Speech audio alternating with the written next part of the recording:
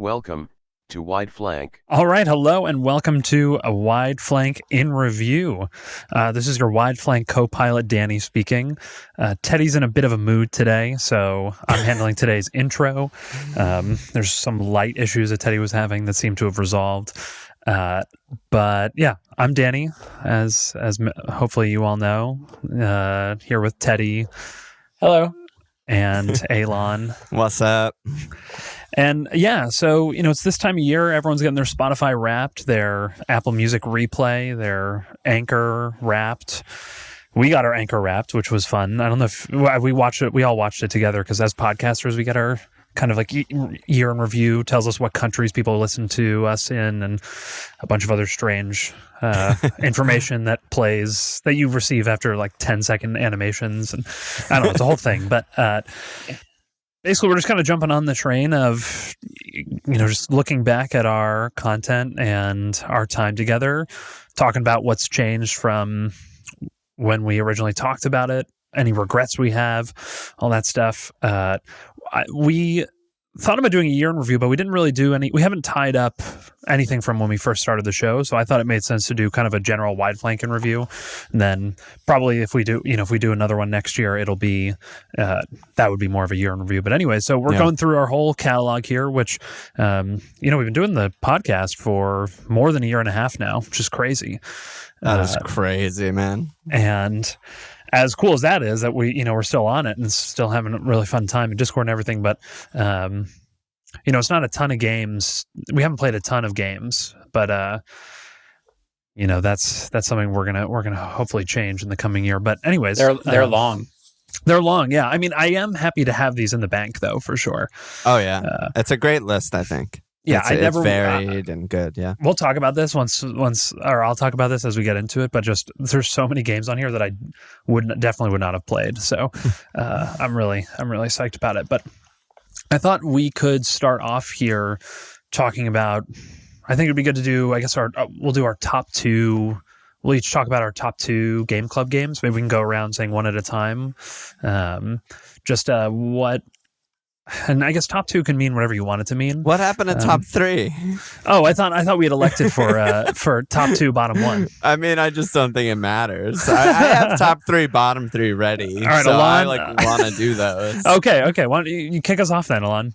Let's get yours out of the way. Well, top three, I have Hades, Inscription, and Doom. All phenomenal games. They're all very different games. A lot of this was just me looking at the list of games we played and just trying to remember or just try and like feel what that invokes almost, right? And all three of these games hold a special place in my heart. I have really good memories. I would definitely recommend any gamer friends to play all of them. I would replay any of them, right? Like if someone was like, we're playing Doom tonight, or like, can you show me, like, I want to try Inscription. Can you like watch me stream it? I would be like 100% yes, like so in. I feel like I can defend all three of these games really well. They're just great. So yeah, I love them. Those are the three. Those are my top three also. Let's go. That's insane. That is crazy. Yeah, I was trying to think because they don't have anything in common really. They really don't. Yeah. And I think like the classic like Roger Ebert test is like, do you like reviewing something on its own merit? Like maybe that's the wrong way to put it. Like, does it succeed in its goals? Like obviously Halo isn't going to be like The Last of Us, isn't going to be like Mega Man, right? They are inherently different and you're getting different things out of them. And to me, Doom just like reminded me that first person shooters can be amazing. Yes. And Hades was this like beat 'em up roguelike that just like nailed style and everything really well. And then Inscription was this like classic, weird, meta artsy, just crazy ride. So I feel like the common thread, or at least just what I was thinking about while you were talking right there, is like all three of these, while we were in it for Gameclub, that was like my world of gaming.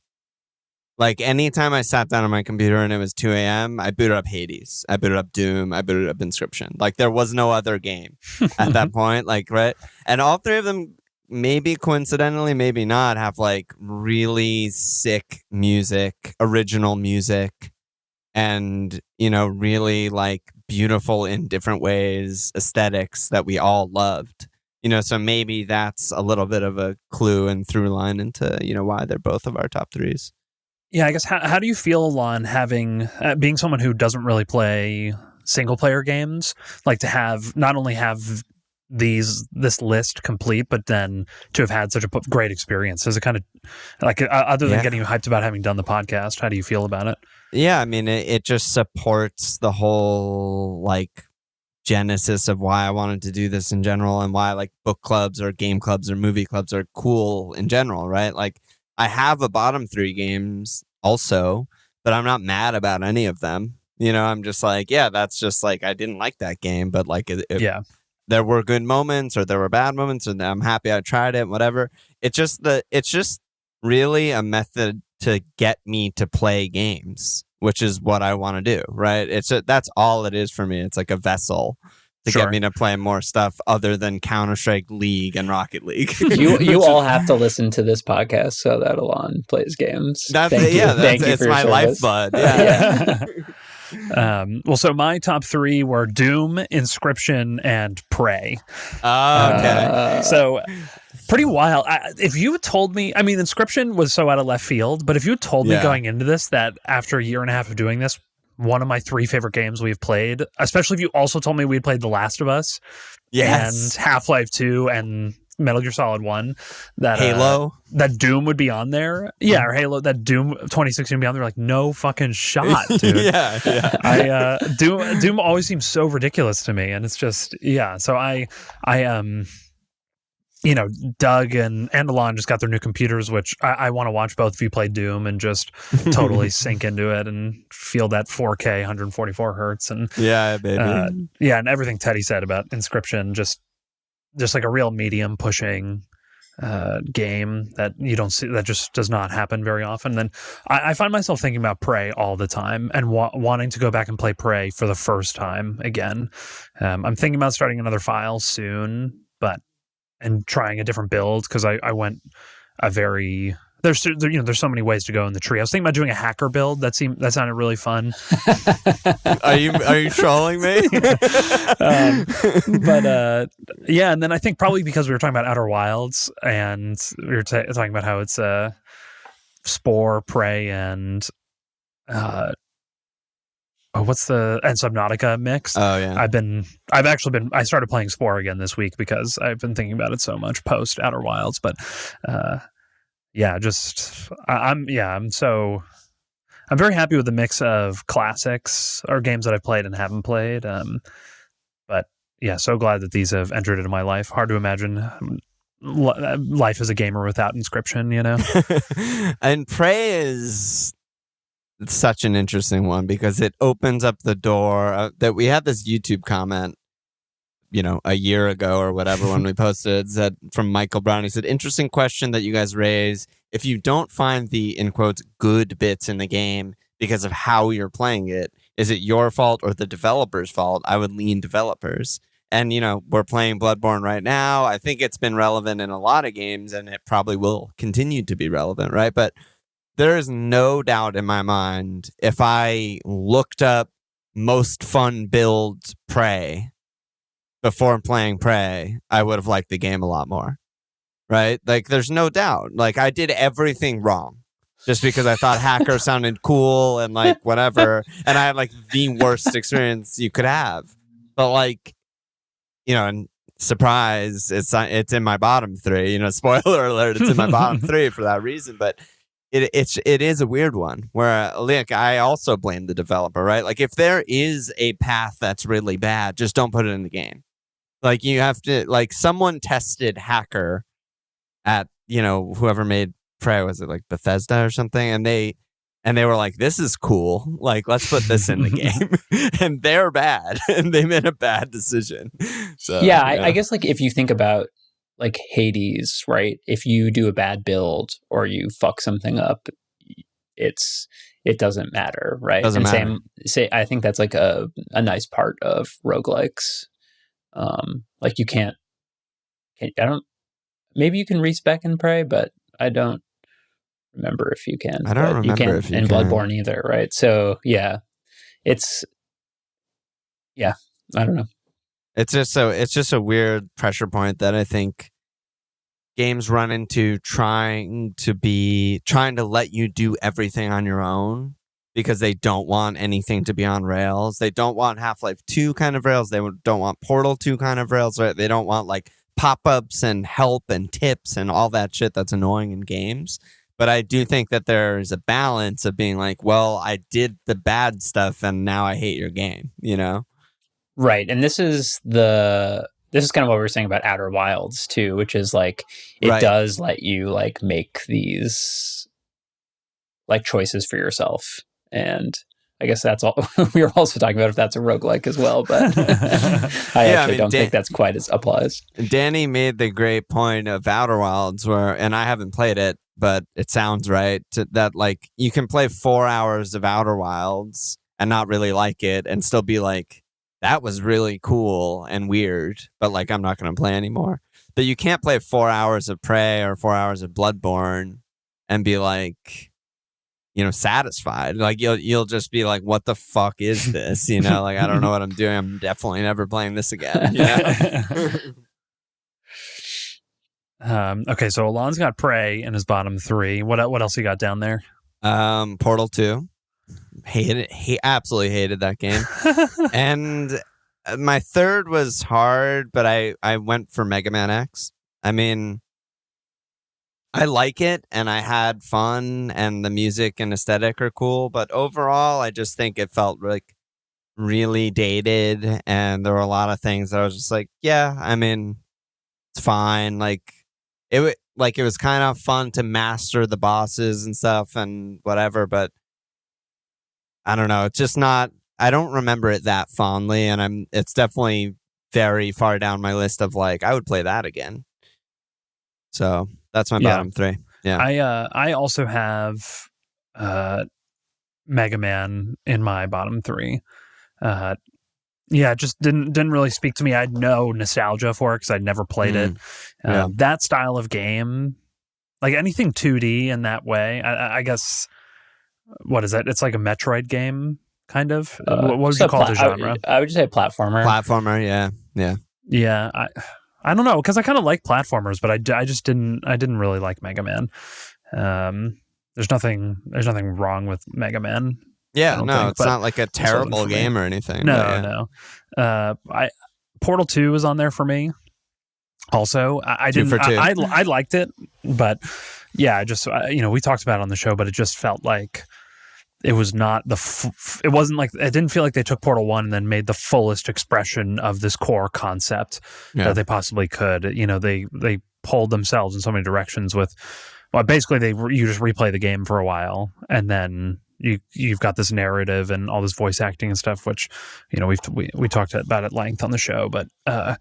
It just was kind of a letdown. I think it was probably the most disappointing of the games we played for sure. Me too. I think, and I know you really enjoyed Portal 1. So, and then I really don't have a third. I'd have to, I mean, I guess like something would get ranked down that low and maybe it would be Subnautica, but Subnautica's on a totally different tier from those other two in that respect. You don't have to have 3. We make our own rules here. So. Yeah, I'm gonna say Guilty Gear Strive. Which I've never wasn't played. even a game club. Teddy, what about you? Yeah, it's funny. I think like Castlevania is like a way sloppier game than Mega Man, but I definitely like Mega Man less. Mega Man's like, I don't know, it feels much tighter. But I don't know. It just didn't seem like Yeah, I mean, it's an older game, but yeah. So I think I agree. It's Mega Man X, and I don't really have another one. I do want to hang on that for a second though, because I just, while you were saying that, remember you being like, right at the end of the Castlevania episode, you were kind of like, you said something along the lines of like, I wish there was a 3D Castlevania. I hope that they make one. And then you were like, but that's just Dark Souls and Bloodborne, and it's great. None of us said anything like that with Mega Man. I wasn't like, I wish there were more games like that. You know, just like, Yeah. I don't need to ever play that again. Or, It's interesting. you know, even like Cuphead, it looks unbelievable. But after playing Mega Man, I'm like, I'm good. You know, like it's probably pretty cool and looks good, but like, just don't care for it that much.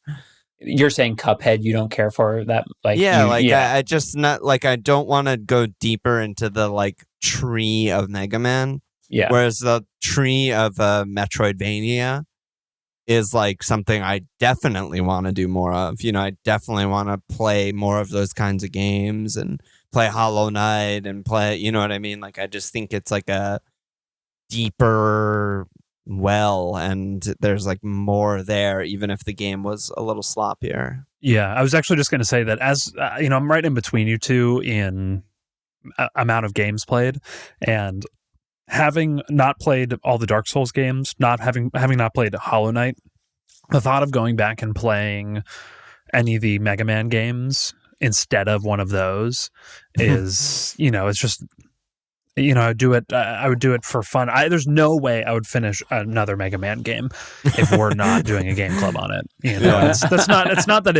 that's not to criticize it heavily or anything. Yeah. That's just the way it is. Yeah. Got a roach on my desk. I hope you kill it or eat it. You can't. It's impossible. Not even a nuclear bomb could do it. But yeah, do you have anything you want to add to that, Teddy? Or No, you guys Awesome. nailed it.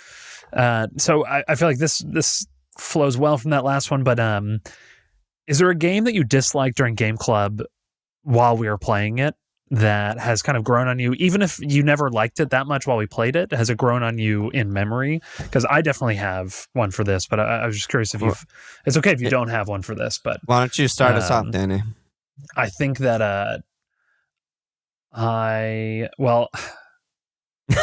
now I'm thinking about the question more. Okay, Teddy, do you have one? Yeah, I mean, I think for me, it's Subnautica. Me too. Yeah.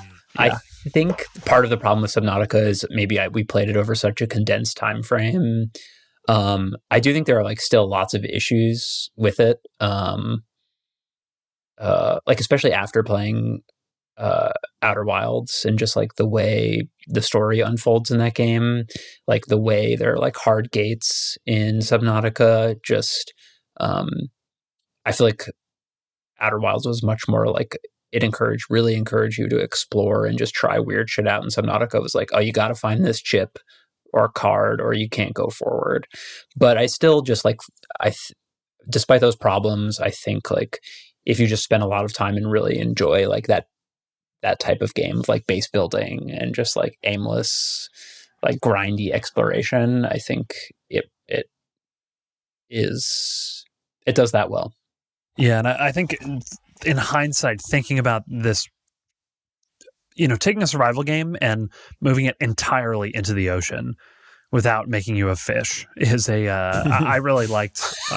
Looking back at like that I feel much more respect or love for that concept, and like that it was just a cool idea and a really fun, well executed way. It really didn't feel cheap or like half baked. You know, the world is so deep, literally and figuratively. Just all these different biomes and layers you get to, and yeah, I think I agree that we played it pretty rapidly, and that probably took away from the experience. But also, I do think the game is too. And after playing Outer Wilds, I think this really crystallized. There's too many hard blocks. It's really slow progress. You know, like you said, really grindy, and I think I would have enjoyed it more, or would enjoy it more still with the Outer Wilds, with a little more on the spectrum of whatever they are, a little farther to the Outer Wilds side than to the Subnautica side. Yeah, And a little closer, equidistant between Spore and Outer Wilds.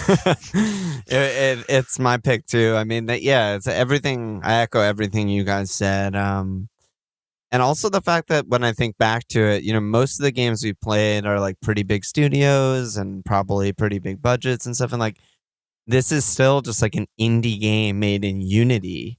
And when I think about how huge the planet is, just like swimming thousands of meters, at the beginning of the game and discovering an island, like it was unbelievable. Like, like just going through my notes, I was like, half of my notes are like, I just saw an eclipse. It was fucking incredible. There were so many of those moments that kind of got pushed aside when we recorded because all of us were just like really frustrated from like putting 45 hours into this game or whatever. Losing my file. Losing your file. Oh, yeah. But like, dude, like the first time you see like an alien base and the first time you see like the squid electrocuting things and like, all of these amazing moments in just incredible game. That's something it really has on Outer Wilds too. Not to give Outer Wilds all the credit, is like the moments of awe in Subnautica are I think are much better, except for maybe the White Hole station in Outer Wilds. But the game actually that I think, now that I'm thinking about it, has grown on me more is Symphony of the Night. I haven't touched it since we played it, but just like I think about it and I love it. Yeah, and I just love thinking about it. The music, listening to the music, and then Molly loves the game too, so we talk about it. And she's always like, I mean, it's available game on iPhone, and I'm like, man, I could really like play that for an hour on the train. Like that sounds fucking great. But one other thing I wanted to say about Subnautica is it's another game that kind of suffers from that same prey problem of like, and we definitely talked about this on the pod, of just like, I didn't build because I didn't care about building.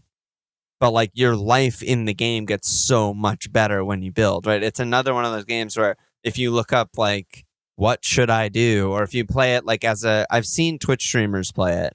And the chat is just like, no, like go get that resource and like build this. Trust me, and the quality of life in the game just are so improved. All of our like 10 hours of frustration trying to find this one thing could have been solved by like, some person in chat being like, no, just do this, So I definitely had that thought too of like, even though I hate looking stuff up, I recognize that this game like could have been like totally incredible if I just like looked a couple things up or whatever. Right.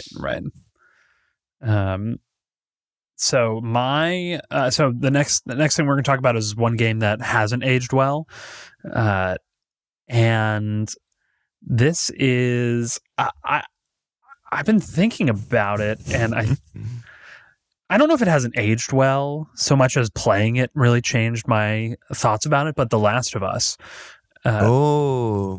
Is for so long was this apex predator in the gaming world for me, and just every time I'd list my top 3 favorite games, there's always in it. I have this note on my phone of all my top 5 favorite of like 30 categories, and one of them is video games. Always The Last of Us up top, and I still think the story is incredible and that they use the medium really well for the storytelling. But the things like how stale the gameplay is, and how not innovative the player interaction with the controller and the mechanics is, really has it really jumped out when we played it, and since then I just haven't really been able to shake it from my mind. But I mean, I do love the game. It's still one of my favorite gaming experiences that I've ever had. But totally, the Gameclub totally changed my outlook on it. Interesting. What do you think, Teddy? I was really bracing for whatever Danny was going to say. I was so nervous. It's Halo for me. Okay. Halo. I thought it was going to be better. Yeah. But like I remember it being amazing, and those amazing moments were amazing, like landing on the beach for the silent cartographer. But like there were some like that one, the library level, I was like, Dude, that is I was like, this can't say enough negative things at that level. yeah, that was just a real shocker. But yeah. What about you, Alon? Yeah, I flirted with both of those for the reasons that you guys said. Halo, I didn't put on there because I still just had so much fun in co-op. And like, so Yeah. it just gets this automatic bump up of like, no, but me and Danny had like 20 really funny moments. So like, Yeah, how so you could mean it be in on my co-op with me? Yeah, exactly. Specifically you. And yeah, Last of Us, I feel it, but I ultimately settled on Metal Gear Solid. Like, not a convinced Metal Gear Solid. But my sort of like trajectory on that game was like, this is the worst game I've ever played, and then like discovering like sort of the subtext and how funny and weird it is. But now when I think back of it, I'm like, I still really don't want to play it. I just kind of want to watch like the YouTube videos that are funny about it. Yeah, You know, like yeah, I just want to totally. like hear the voice lines and stuff. I don't want to play the game. I had no fun playing the game. You know, I That just is want to watch the donkey video. That's the best part of the game. This is how I feel about Castlevania, actually. There's like lots of charm to the game to me, and similar with Metal Gear Solid.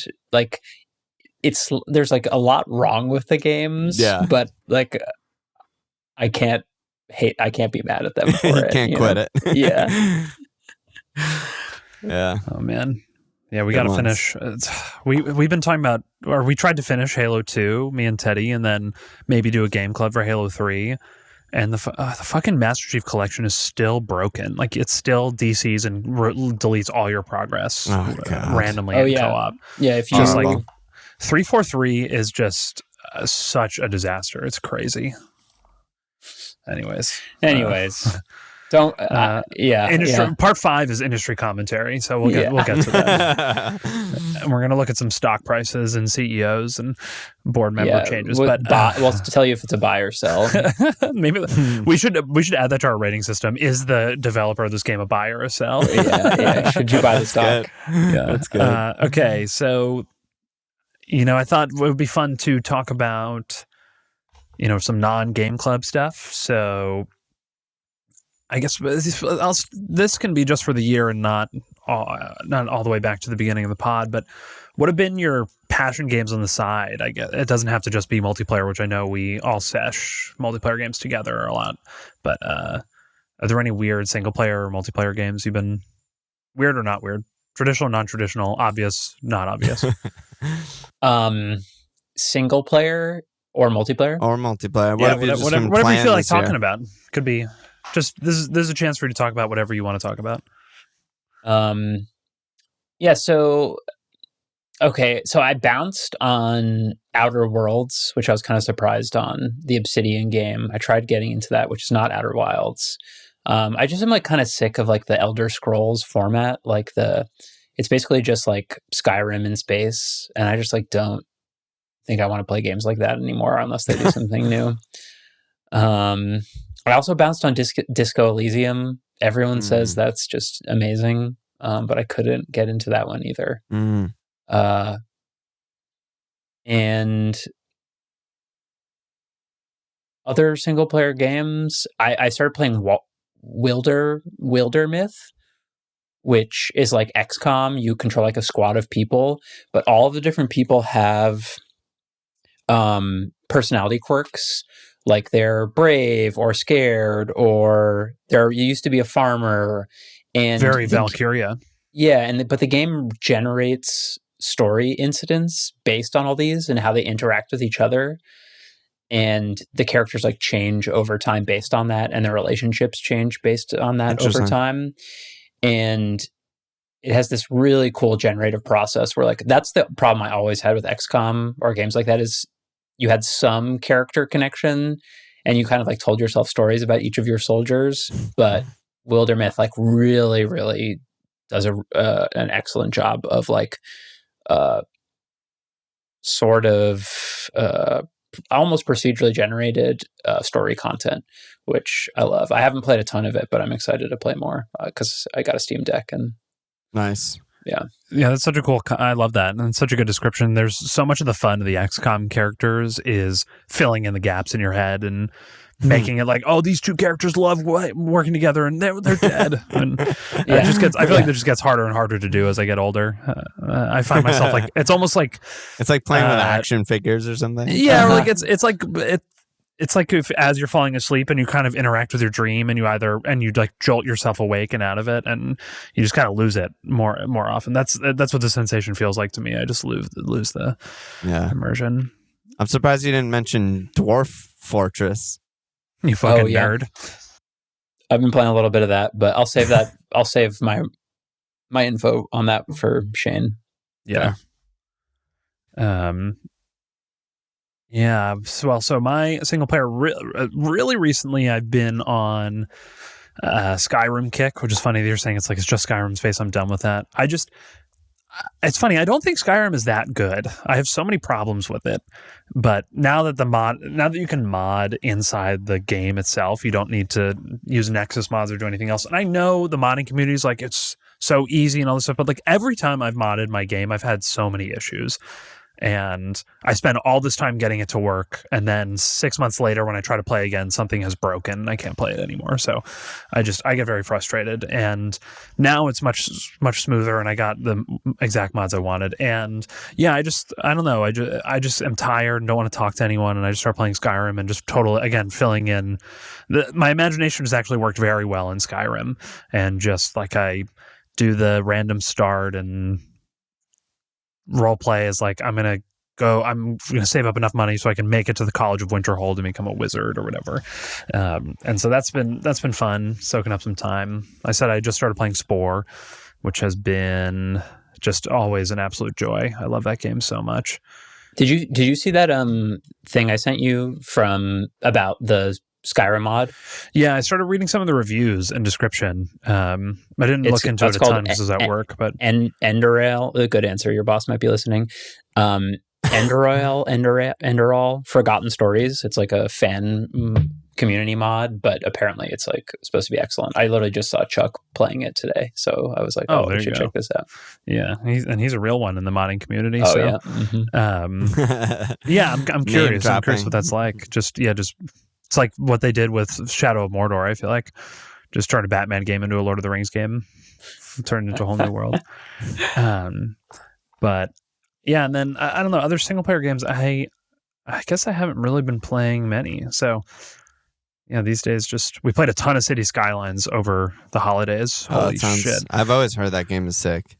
It's fun. It's fun. But we were playing on console, which is just not a console game. And then, but it was a room of us, and just I would play and build, and everyone would tell me what to do, and we'd argue. And it's like SimCity or something. Exactly, right? It's exactly like SimCity. I always love SimCity. But I build a coal plant, and everyone flips out at me, and then we run out of money on with our wind turbines. It's great conservative propaganda. But. Yeah. Anything for you, Alon? I mean, my multiplayer is the same shit every year that I play with you guys. It's League, Rocket League, Counter-Strike. And now I have a new computer so I can actually play Apex, which I'm excited about getting back into because that game is still great.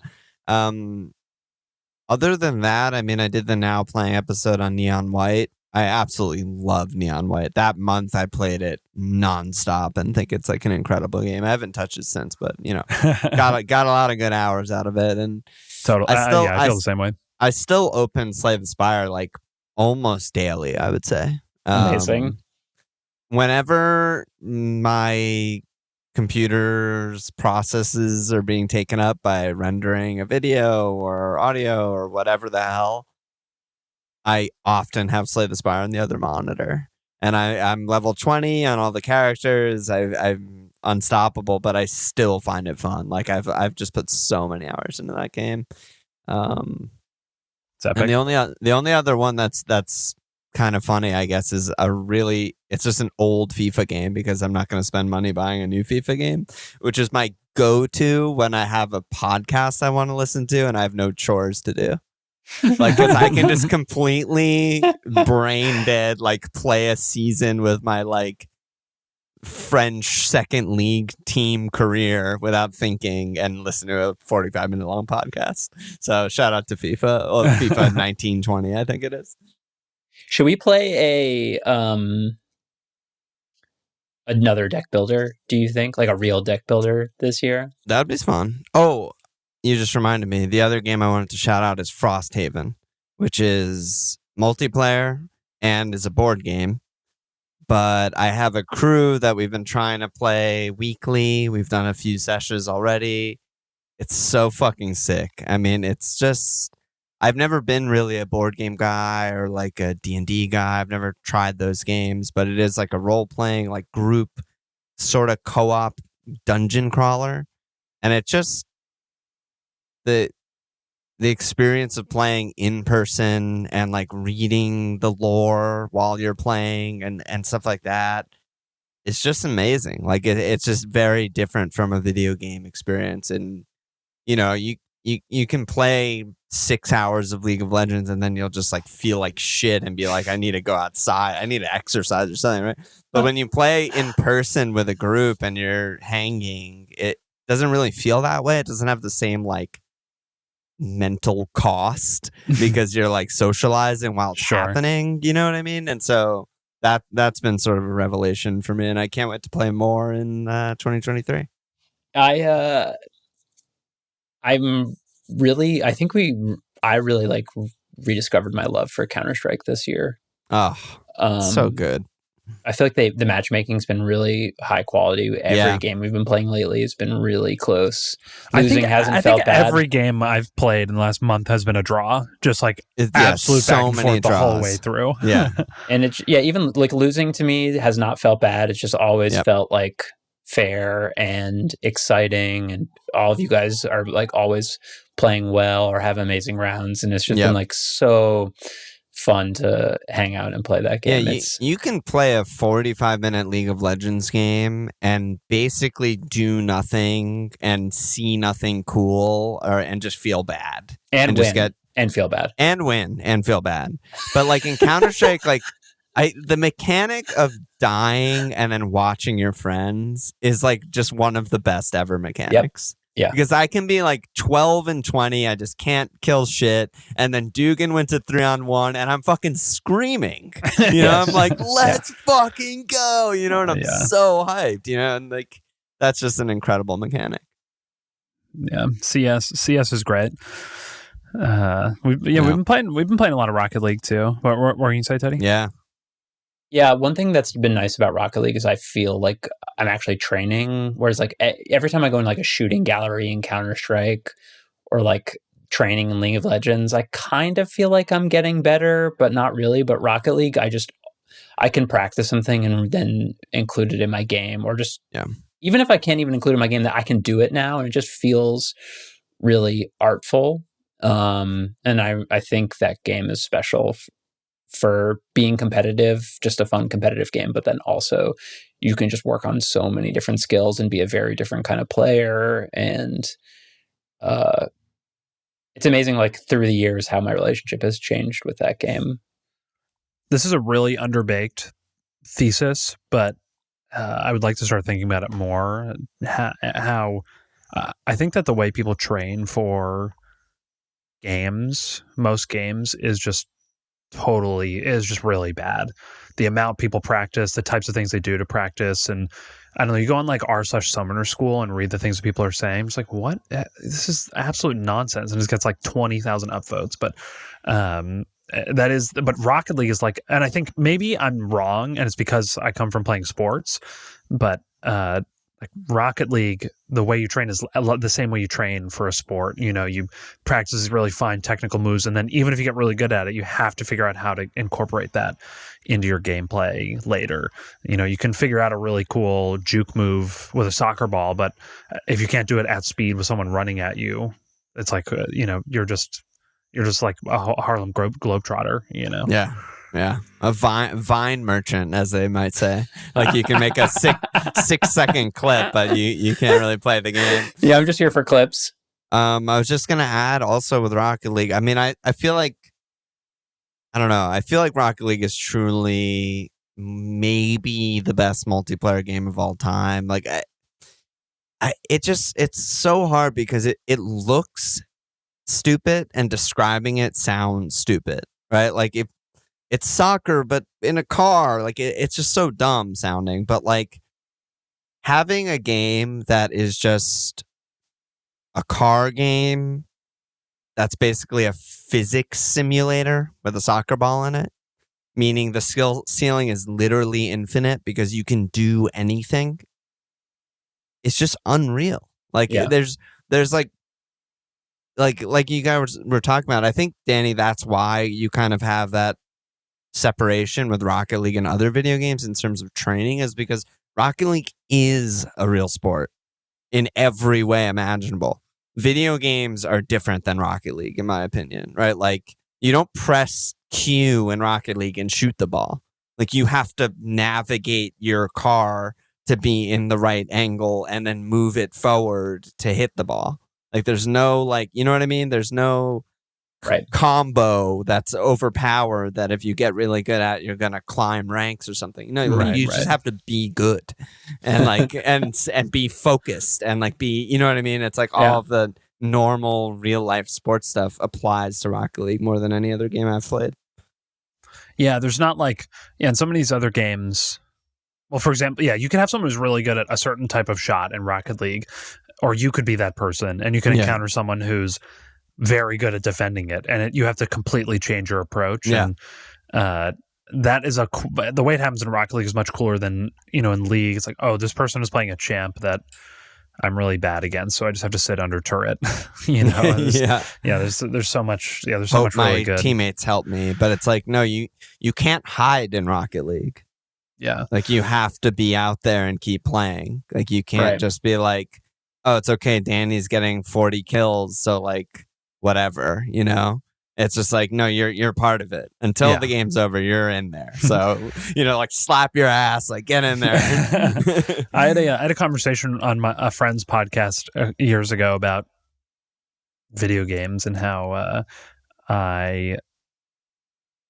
these games really scratch.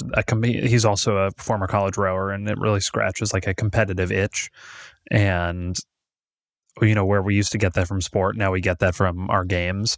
And Rocket League, more than anything, I think just how short it is, how epic the plays are, just it's a much, I don't know, I get very competitive in my other games too, but it's much healthier in Rocket League, I think. Yeah. It's just such a like 1-to-1 ratio, like doing something cool and your skill. And obviously, like, League of Legends takes skill. Like, the best players are absolutely fucking insane.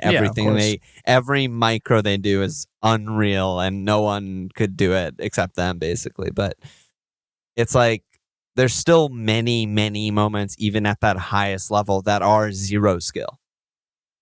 Even at the highest level in the world, right? It's just like, that guy's out of position, I just press Q on him, my teammate kills him, it's over. Like, whatever. But like in Rocket League, like, everything you do was 100% you.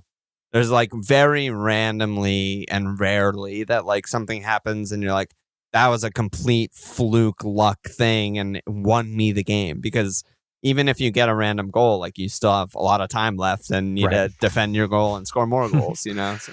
Yeah, it's not like if you score one goal, then your car gets twice as fast. Yeah, right, exactly.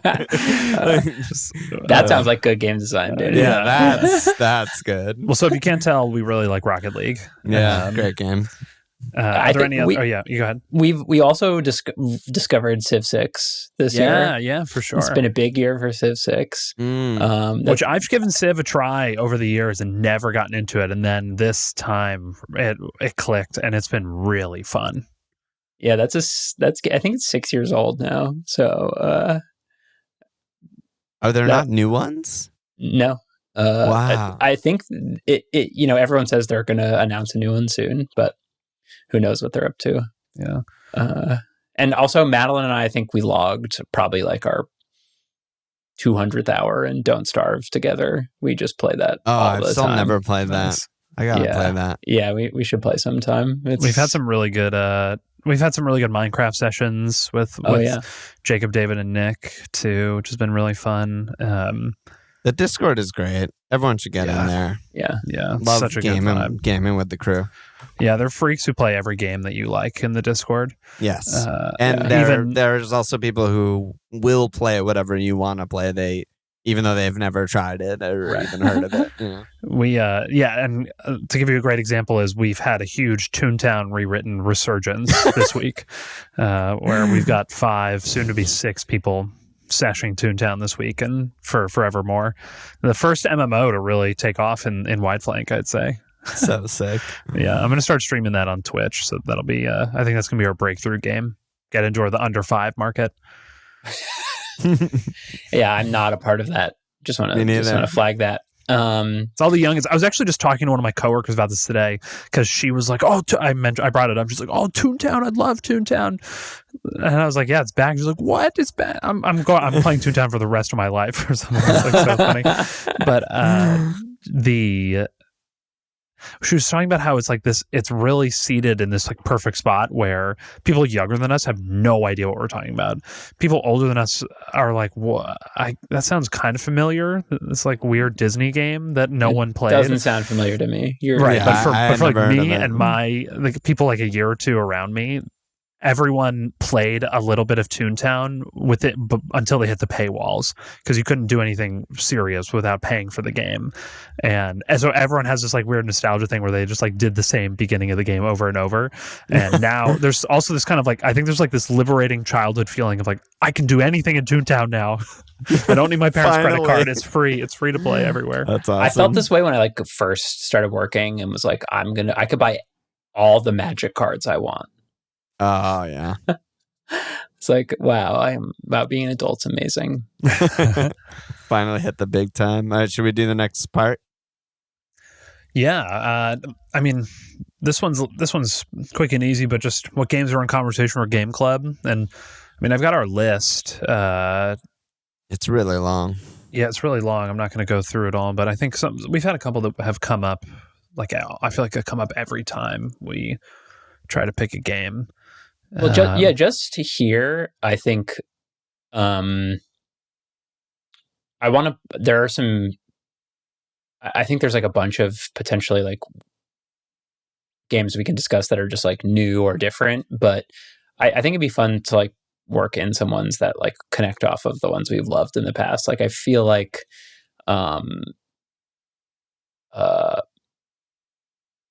like Hollow Knight would be good because it's like a modern Castlevania, right? Yep. The Doom remake Eternal. Return. Is it Return? Eternal, I think. Oh, yeah, Eternal. Doom Eternal. Yeah. One thing I also have been wanting to, it's like sort of passed me by, but I want to start paying more attention to the music and games.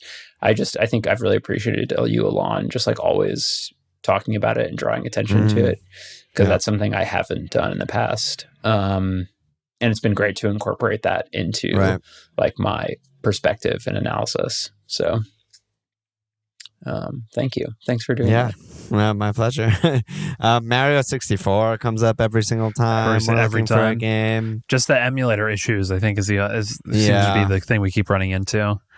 God of War, the new one or the old one, keeps coming up. I feel like we've always talked about a Zelda game, whether that's Link to the Past, Breath of the Wild, any of the like 10 other games. I would really love to do, mostly because I just want to play it again, but I would love to do Mass Effect, like put a 3-month calendar on and then play Mass Effect. I'd be down. And maybe for the first month have a shorter main game, like StarCraft campaign or something. Shout out to Walsh. Yeah, I mean, StarCraft campaign has come up a few times. There was one where like, why don't we just fucking play the StarCraft campaign? I'm down to. I liked what we did with. We did that with Hades, right, where we scheduled it 2 months ahead of time. Yeah, so we could start getting our runs in, and that was very good. I think I liked to do so. Like if we do that with a Mass Effect, a big game, I think that'll work well for everyone. Yeah, I love on our list we've got games and notes, and for Mass Effect, the note is just big, which is true. It is big, but I just got the Legendary Edition on PlayStation Plus, so I've been thinking about wanting to get back. I watched the trailer for it. It's like straight out of a movie. It's crazy. It's just like cuts from explosion to explosion and then two characters making out. It's just like so ridiculous. Holy shit. But it's fucking awesome. I'm into these anti-games also. The ones we have on our list are Stanley Parable, Frog Fractions, Arcane Kids, like the entire thing, and Robert Yang games. Like I think those would all be cool. I feel like we should do more of this, like 3-man streams, and we should just have one of us play like Frog Fractions and all of us talking about it as we're playing just live. I think would be really fun. Yeah, and good for a game of that length. Yeah, I love that. I like hanging out and just watching with somebody play. I think is good. Yeah. And I think this is and also for certain games, I think we're going to start having a mandatory intro to Alon stream where the three of us will be there to make sure Alon doesn't go hacker or waste of skin. Yeah. Which a little preview for our Bloodborne episode that Alon I thought was memeing when he sent me that, but actually did choose waste of skin and didn't equip my weapons for the first 2 hours. Yeah. But I think the mention of live streaming segues us well into what's coming, what's next for us here at Wide Flank.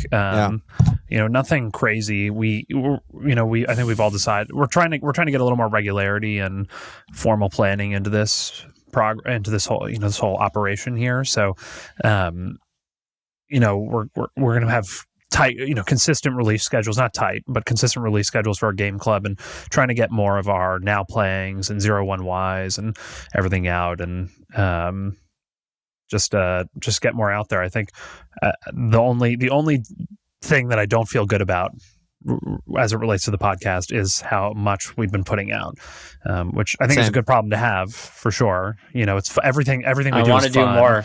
Yeah, I want to do more, and so we're gonna try to do that. That's our Wide Flank New Year's resolution. Yeah, and to be honest, I haven't streamed in a long time on our FMLFPL stream, but like my computer can handle it now. I have bigger monitor. Like maybe I'll stream more. That would be sick. That would be a cool thing to do in 2023. So maybe I'll do that.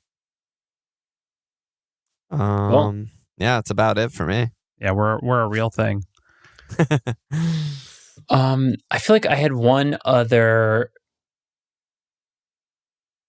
Did you want to touch any of these things that you added to our document, Teddy?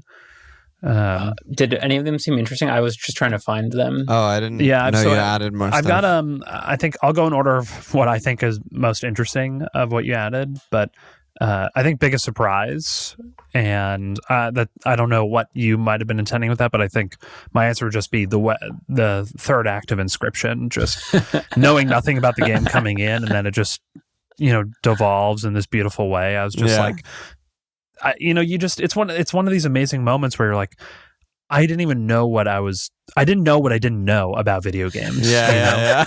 And it's so it was so shocked. I was forever changed by it, and it's amazing. It's so awesome. Yeah, no, I'm with you on that. When you were talking, one thing I just wanted to say, when you were talking about The Last of Us, I mean, I do, it's not the best game ever, but I do think the ending, like the final act of The Last of Us, is like one of the best in all media. It's just like so sick. Absolutely. I just think it's so good. I also think the Sam plot. I agree. I think it's. I struggle to think of a better ending in anything. But also the Sam side story, the two brothers side story, just like I don't know. There's some story moments that just are not. It's hard. It's tough to match for sure. Top tier storytelling for sure. Yeah.